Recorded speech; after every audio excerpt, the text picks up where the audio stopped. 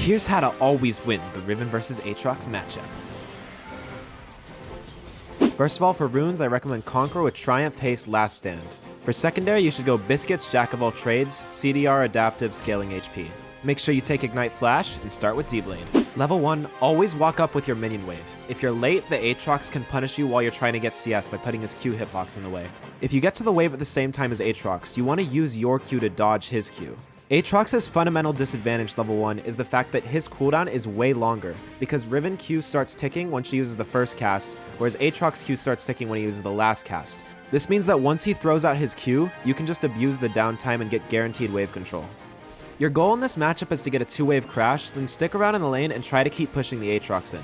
Riven has the advantage in the early game, but you need to use your dashes to dodge his Q properly. Your ideal trade pattern on Aatrox is to engage with a full fast combo, then W and walk away. When he tries to punish you, you need to save your E to dodge his spells while running. If you waste your E, he could potentially land his W and kill you. If you manage to chunk him with a good trade, now you can start engaging with EQ and trying to all-in him. The Aatrox will be forced to use his E dash defensively, and if he tries to fight back, you can use your Ignite to threaten lethal.